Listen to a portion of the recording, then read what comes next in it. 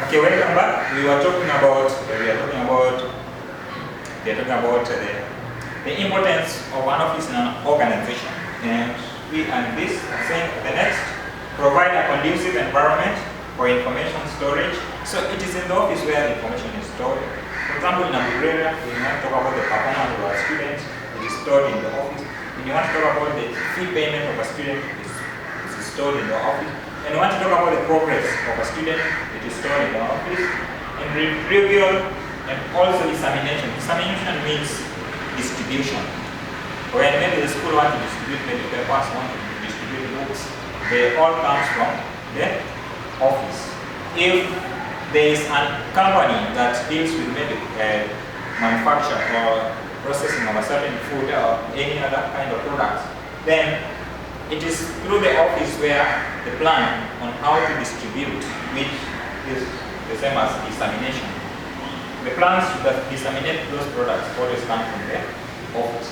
That's another importance. Then the next, coordinates all the activities of organization. Office coordinate. Coordinate means bringing together. Coordinate. If there is a financial manager, they all meet in the office. If there is a human resource manager, if there is an employee, so all of them through their meeting they come together. They coordinate all. Just the same way in the biology, we have a tissue, we have a cell, we have what organ. So organ coordinates all of the tissue within the body, just the same as what? Office. So I'm sorry for using biology because that is what I can use as far as science is concerned, at least to understand properly what office is. So it's good at least to use what you have, or to use what also you're learning on the other side. So if that will make you understand, then that is good. And I hope you like biology too. So next, let's now look at the function. We have talked about the importance. Now let's look at the functions. Now that is what we are going to talk about as roles or functions. Functions of an office. Functions of an office. Roles are the same as functions. Do not get confused about that. So, one, receiving and recording information. That is one. If you ask to state 5 functions of an office, one is receiving and recording information. Full stop. That's 1 mark. You are placing on a paper. But then, let's try to understand how is it engage itself in receiving and also recording. Of course, you know what is being recorded, you know what is receiving, which is information or data. So, the office receives information in form of letters, telephone calls, orders, face-to-face, conversations, and reports. That is true. Then, received information is also recorded and also stored in files. You have files, you have flash disks, you also have computers, you have books of accounts, you also have registrars, and you also have information used by the management in decision making. So when you talk about recording, issue or things dealing with the finance are always recorded in the books of accounts. And this is what we'll be talking about in business in Form 3, whereby if God, we are by the grace of God, will be still there, we'll be able to talk about how to record different types of books of accounts, talking about the balance sheet, talking about the cash book, talking about the ledgers, and talking about financial statement, which is balance sheet also. We also have trading and profit and loss account. All of those are just a clue of the example of the books of account that you'll be able to. And that's a little bit contain the knowledge of arithmetics. There is maths involved there. But very simple, if you know, if you have the content on how to do that. It's only that the same content are the one applied to all of them. So there's nothing which tricky or hard with them. So in the world of accounting, that is what is expected. And that always comes in Form 3 business and also Form 4. Then, so this is just one function of an office or one role of the office. The next, distribution of information. And distribution also means dissemination. Dissemination is also means distribution. So what is being distributed in an office? We say what is being, the office facilitates the passing of information from one point to another.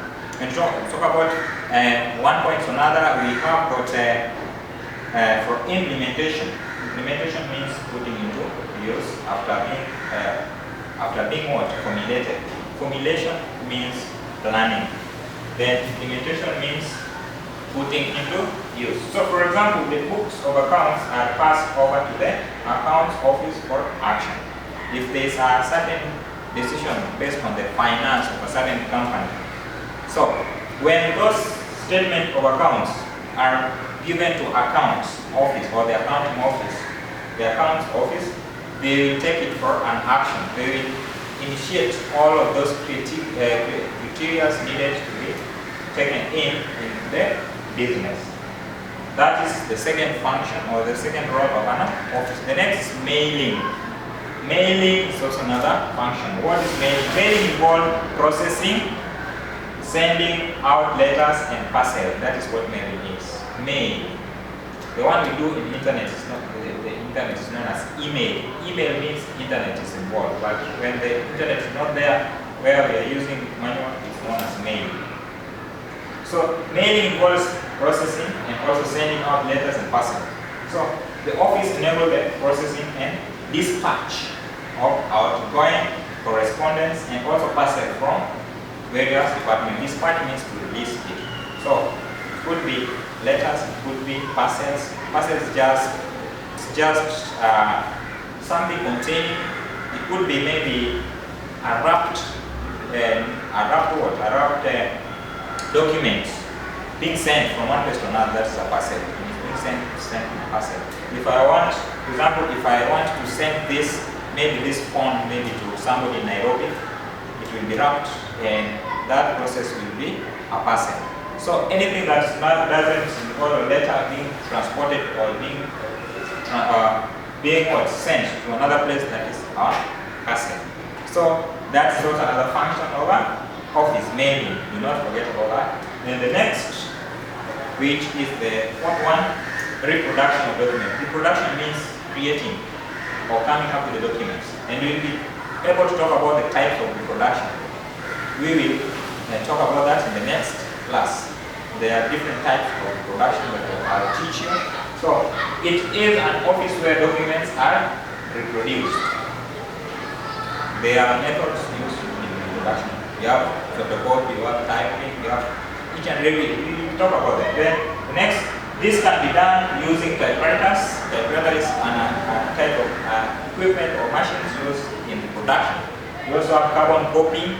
Carbon copying, I'll come with them, you see them, so that you can understand what they mean. Then also photocopying machines. If you could have been around for the school, I could have shown you, could have made a tour to a photocopy machine. You see how they are working. Then also printing machine, etc. But then, because we are not around, I'll be able to come up with a picture and also maybe a short film or a short video showing how they work.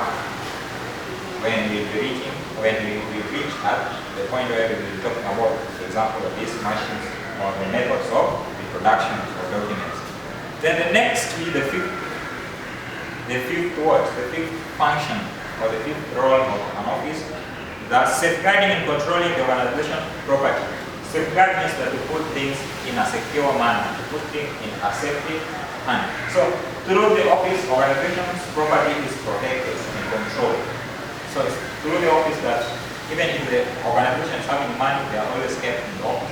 If there is a document very valuable, a document that is supposed to be kept secret, they are always being placed in an office. If there is anything, the top secret in an organization that needed maybe to be placed securely, then office is the right place to have it. Then this can be done through the following ways. There are ways through which this safeguarding can be. So you can be asked in an exam, state 5 ways of safeguarding office property, or 5 ways or 4 ways of safeguarding office documents. One is enhancing security to get rid of the following cases of theft. So the safeguarding can be done through the following way. One, enhancing security to get rid of the cases of theft. That's the one way.